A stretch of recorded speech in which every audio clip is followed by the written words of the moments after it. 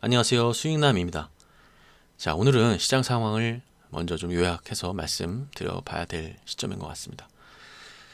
자, 지수가 크게 3,300에서 2,200까지 그리고 장중에 2,100포인트까지 2,134포인트까지 하락을 했어요. 그래서 1,100포인트가 빠졌습니다. 이렇게 장기간 동안 주가가 큰 폭으로 하락한 경우가 사실 많지가 않아요.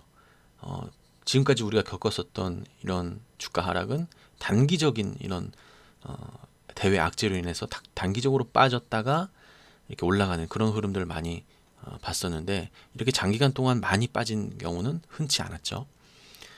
뭐 여러분들 다들 아시겠지만 주가 하락의 원인은 유동성이 풀렸던 부분에서 이제 다시 걷어들이는 과정 속에서 있는 것이고, 그 과정 속에서 인플레이션을 잡기 위해서 이자율을 높이다 보니까 당연히 경기 침체가 일어날 수도 있고, 이제 그러한 부분 경기 침체를 유도하는 거죠. 사실 이자율을 올린다는 거는 그렇게 해서라도 이제 물가를 잡는 게 더 중요하다라고 이제 판단을 하고 있기 때문에 그런 식의 어떤 흐름이 나오는 건데요.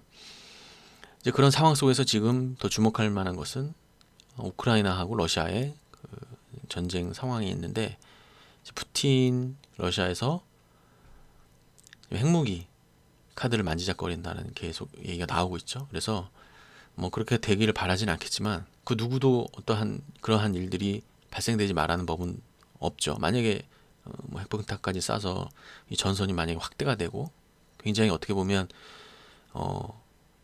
우리가 지금까지 겪어보지 못한 어떤 그런 상황이 좀 발생이 된다면 주식시장은 반드시 민감하게 반응을 할 거고, 그렇게 되면 코로나 때 이렇게 빠졌던 것처럼 지수가 좀 빠지지 말라는 법은 없습니다.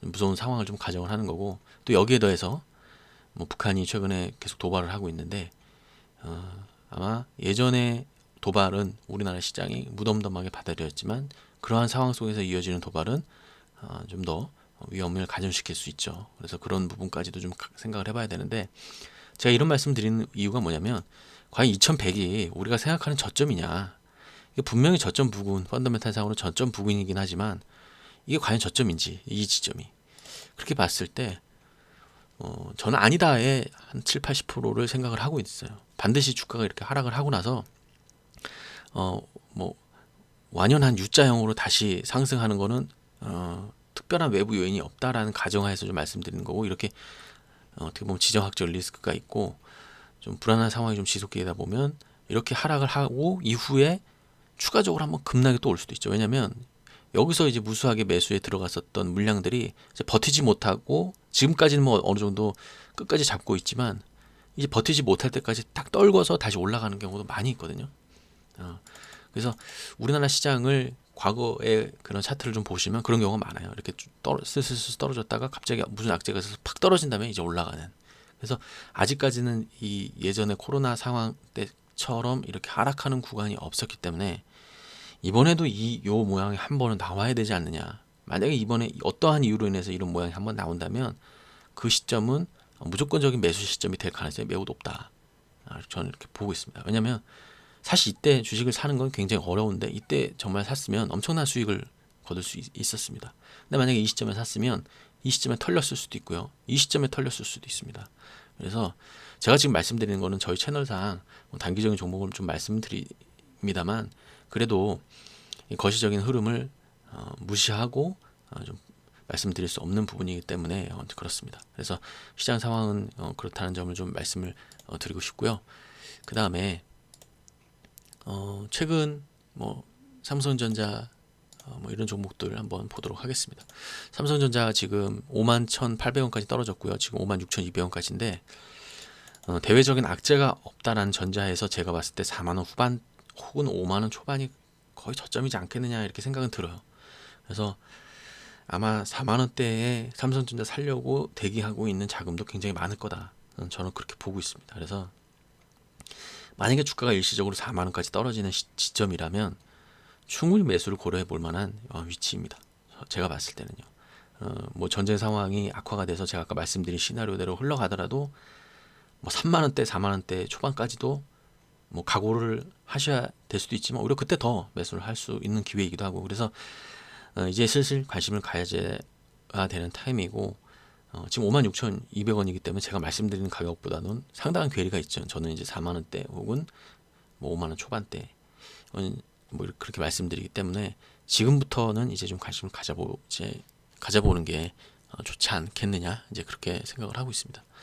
또 이런 가운데 삼성전자가 이렇게 많이 하락을 했고 SK 하이닉스도 많이 하락을 했고요. 삼성전자가 최근에 이제 실적 발표를 했는데 역시나 많이 감익이 돼서 나왔죠. 이제 그런 부분들이 역시 이제 이제 주가 상황에 이제 반영이 돼 있다라는 거를 이제 우리가 알 수 있는 부분이었고, 그 다음에 이제 현대차, 사실 현대차는 많이 빠지지 않았어요. 30만 원까지 이때 뭐 애플카 이슈가 있었을 때였던 것 같은데, 그때 30만 원까지 쭉 가다가 결국에 지금 다시 한 18만 원까지 내려왔는데, 이거는 지수는 이미 코로나 이전 수준까지 떨어졌지만 얘는 현대차는 그렇지 않죠. 이 미래차에 대한 이 시장의 기대가 분명히 이제 이런 것들을 반영을 하고 있다 이렇게 보고 있습니다. 그래서 저는 현대차, 기아차도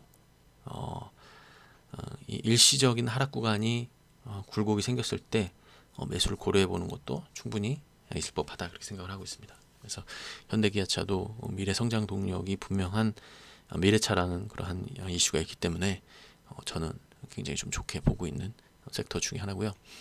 또 이제 삼성바이오로직스 같은 경우도 마찬가지죠. 삼성바이오로직스는 장기적으로 좀 우상향할 수밖에 없는 종목이다 이렇게 보고 있는데 2020년 코로나 이후에 지금 70만 원, 60만 원에서 100만 원 사이로 박스권을 지금 흐르고 있는데요.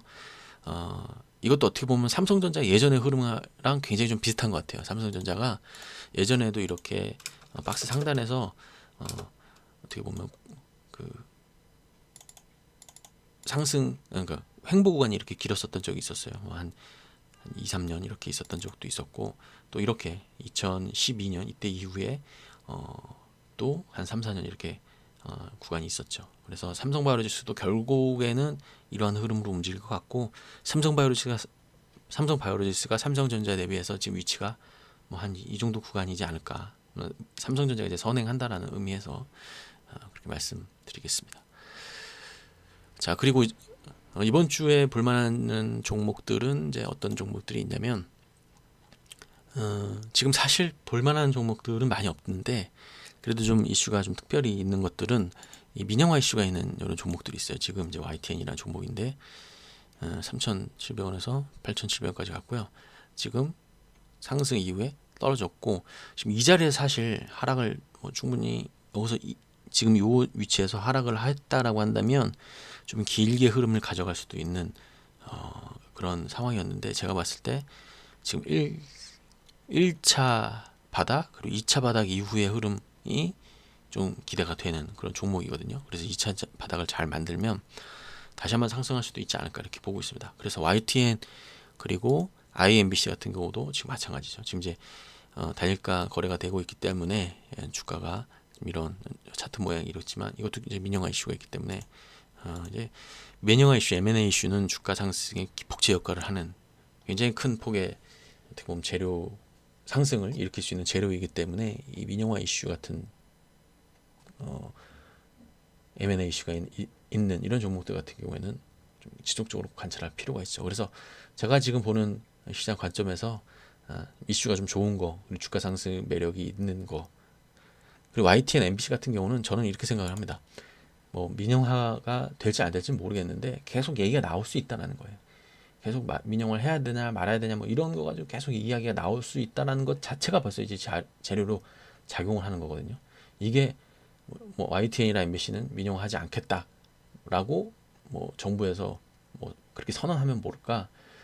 만약에 그렇지 않고 지금 상황이 계속 유지가 된다면 그런 기대감이 계속 살아있죠. 그래서 세력들은 이제 그것을 이용해서 주가를 움직인다 이렇게 보시면 될 것 같습니다.